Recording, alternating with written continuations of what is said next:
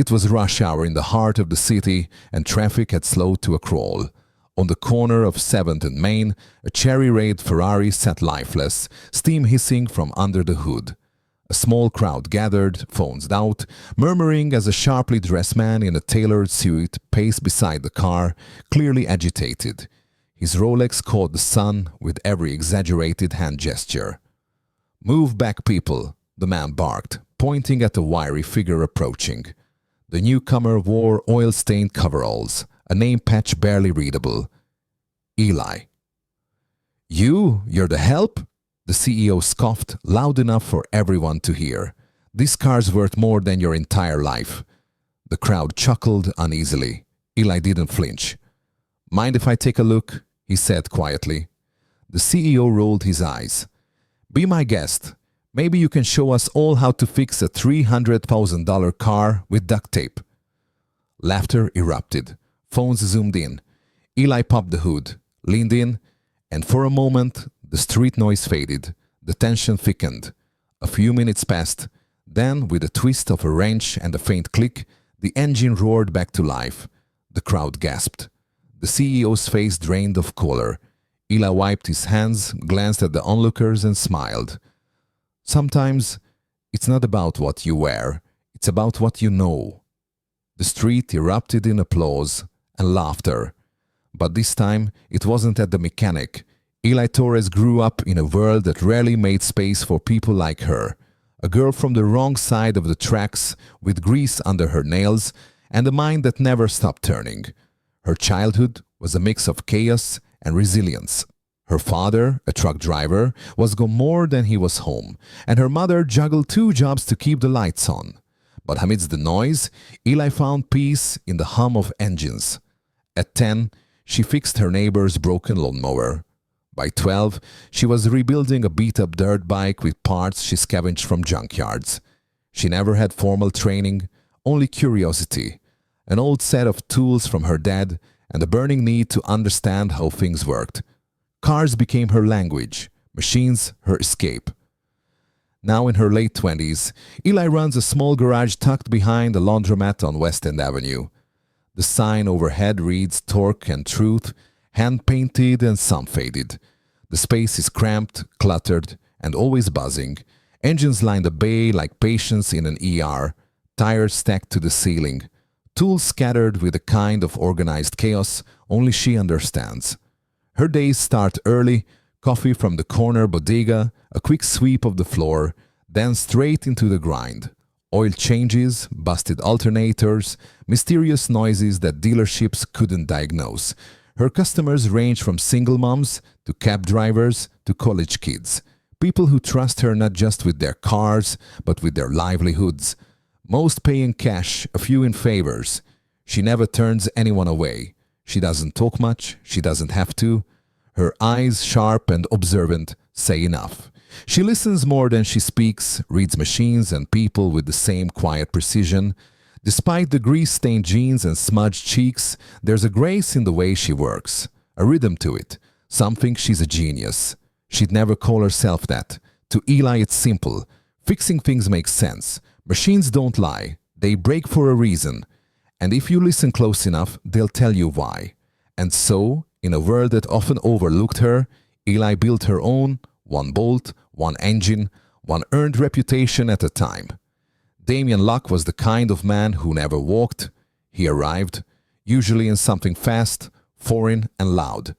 Today, it was a Ferrari SF90 Stradale, gleaming in a custom midnight black wrap, doors that lifted like wings, and an exhaust note that could silence a sidewalk. His face was familiar. The tech magazines, the business podcasts, the self-congratulatory TED Talk with 2 million views. Vision is everything. He'd built his empire on algorithms and angel investors, riding the wave of smart-sounding buzzwords and a killer wardrobe.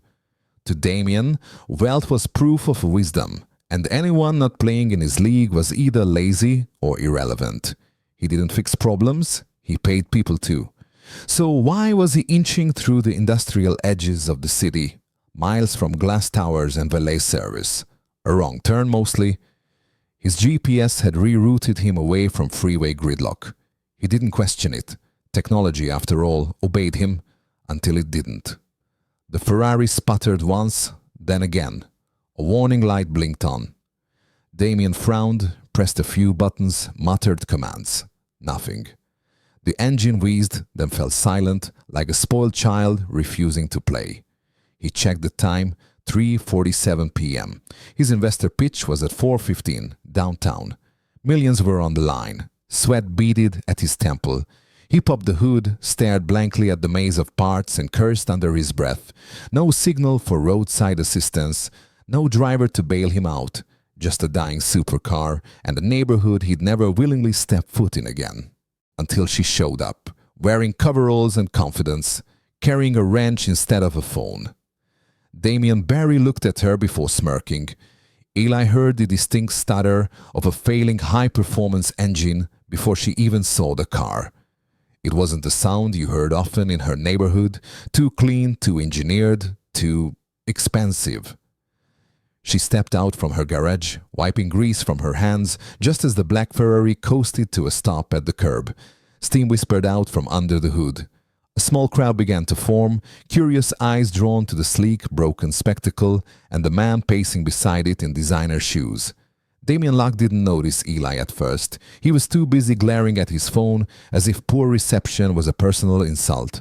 When she finally approached, calm and unhurried, he looked her up and down, eyes stopping on the oil-streaked overalls, the messy bun, the smudge on her cheek. "You lost?" he said, a dry smirk tugging at his lips. "No," Eli replied simply, nodding at the car. "Saw the smoke. Might be your cooling system. I can take a look." Damien raised an eyebrow.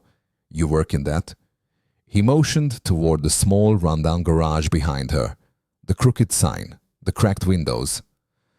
"I don't think your toolbox is equipped for this kind of machine." Eli didn't flinch. "Still worth a look. Better than waiting 2 hours for a tow." That's when he laughed, sharp, dismissive. "This car costs more than your entire operation, no offense. But I don't let amateurs play doctor with my investments." The crowd shifted. A few people looked uncomfortable. An older woman in the front muttered, "Doesn't mean she's wrong." Others just watched, silent but attentive. Eli just nodded. "Suit yourself," she said, turning back toward her shop. But Damien paused, not because he trusted her, but because time was ticking. He glanced at the dead Ferrari, then at the gathering eyes. "Wait," he said finally. "Fine. Just don't make it worse." Eli didn't reply. She just walked over, popped the hood, and got to work. Damien crossed his arms as Eli leaned under the open hood, inspecting the Ferrari's engine with practiced ease. He scoffed loudly, making sure everyone nearby could hear. "You know," he said, voice rising with theatrical flair, "this isn't some rusty lawnmower from a junkyard. This is a Ferrari." A few people chuckled. Phones were out again, cameras rolling. "This kind of car needs a certified technician, someone who's been trained in Italy, not someone who learned to fix engines by watching YouTube in a shed." He turned slightly toward the crowd, his smile widening. "Next thing you know, she'll be offering to fix a jet engine with duct tape and hope." Laughter spread. Not everyone joined in, but enough did. A couple of teenagers elbowed each other, one whispering, "Man, he's really laying it on thick." Eli said nothing.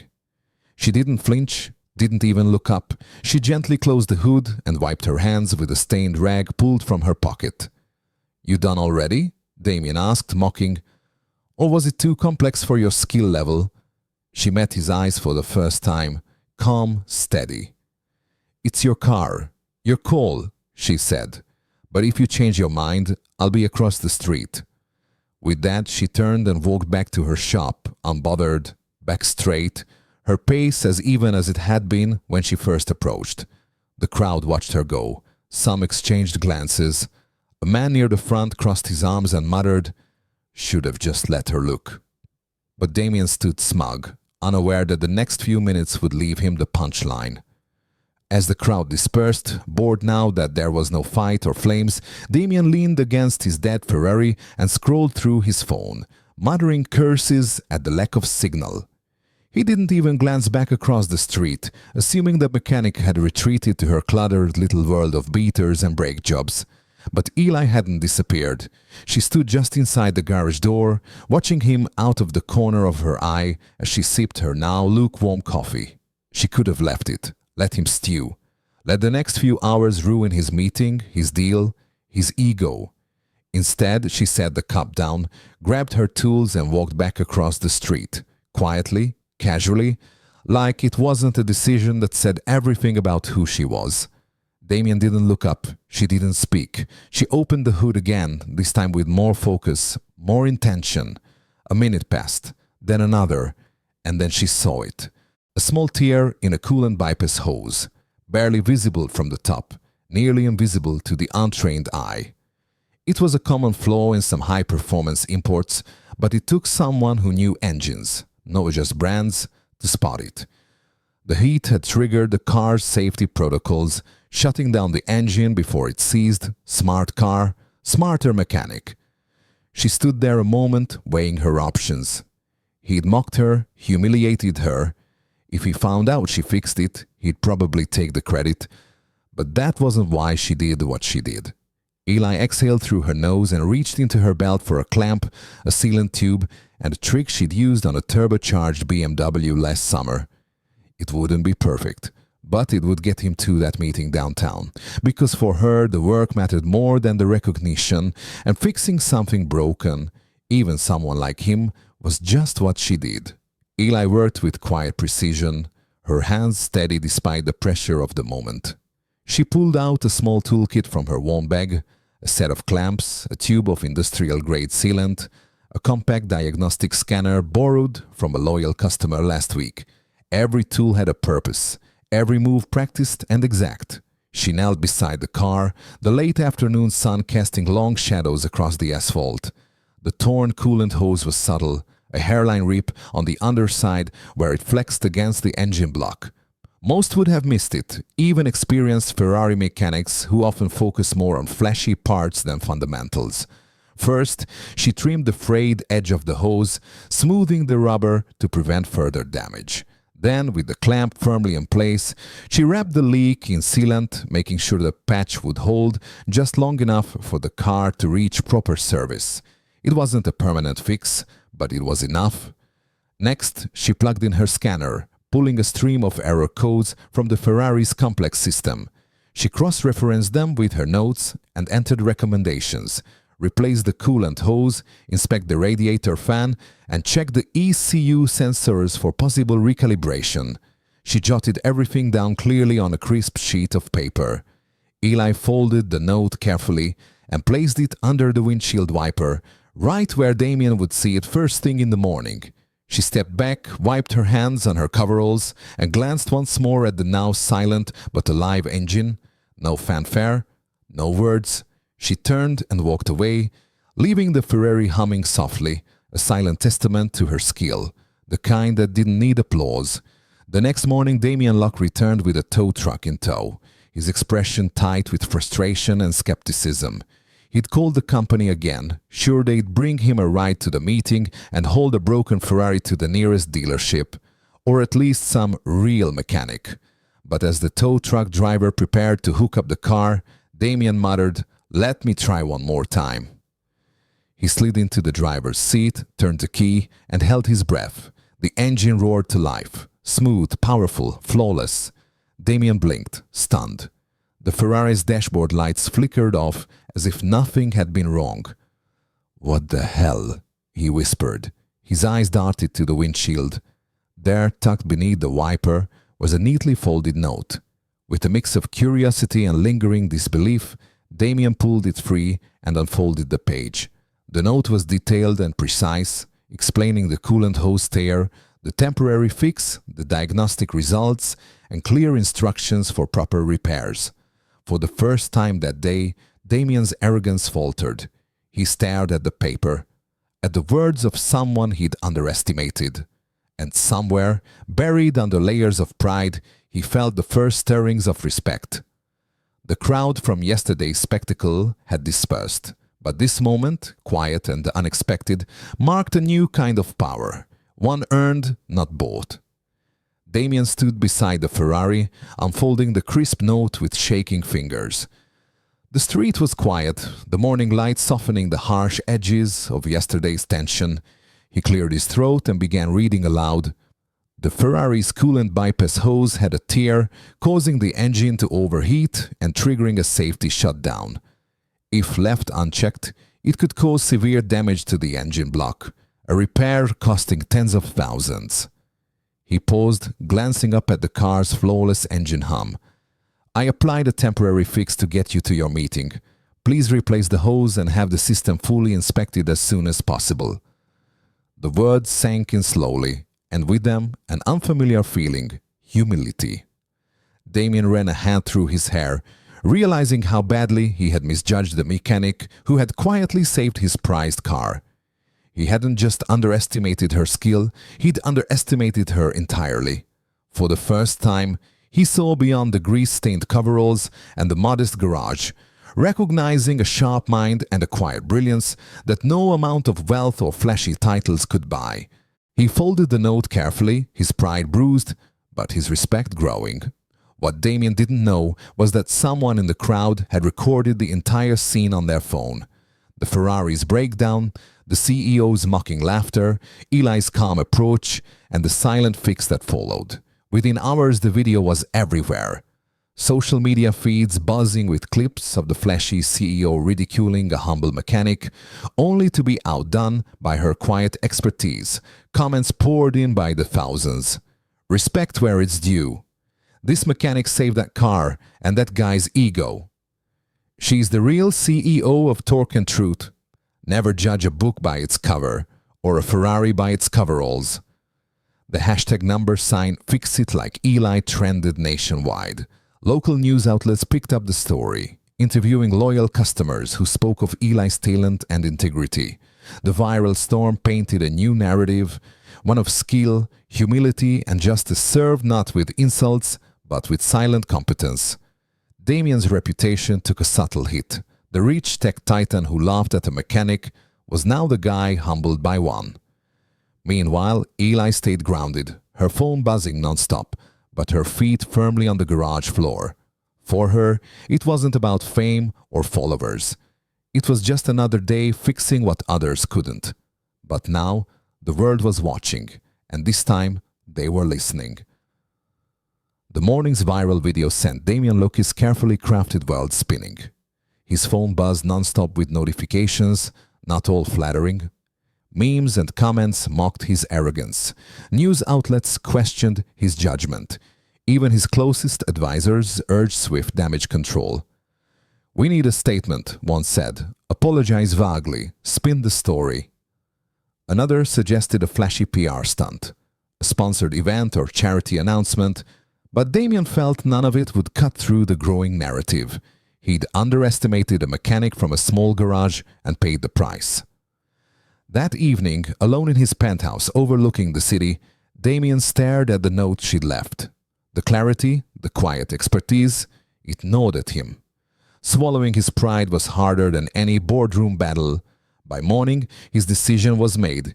He wouldn't just patch things up with words. He'd go back to her world, to Torque and Truth, not as a CEO but as a man who needed to acknowledge a truth bigger than money or status.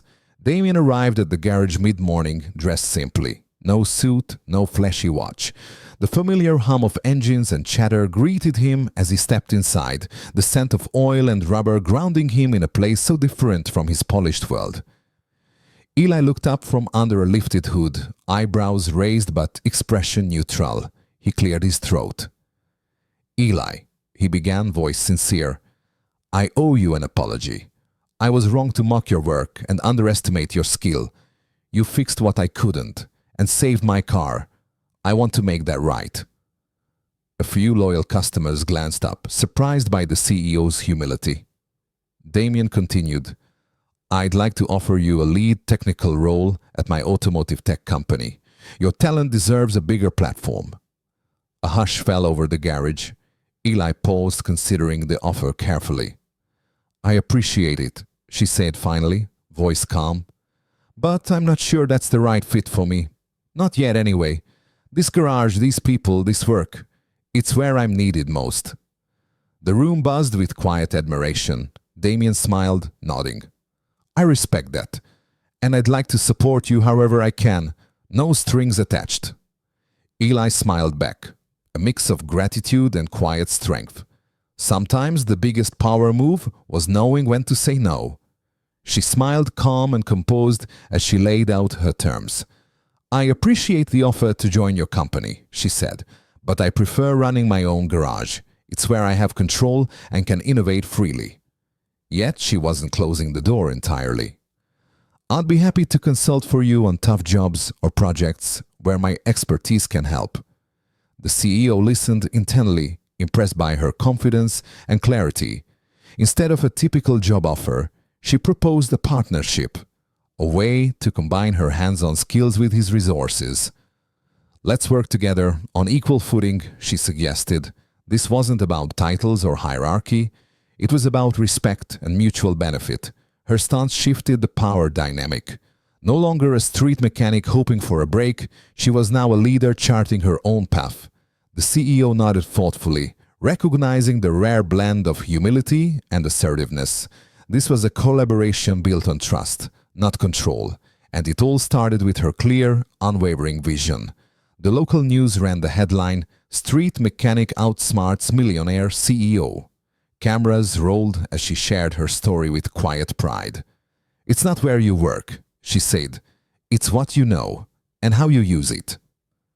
She spoke about growing up in a neighborhood where opportunities were scarce but determination was abundant. Mechanics isn't just about fixing engines, she explained. It's about solving problems, thinking creatively, and never backing down. Her story resonated far beyond the garage.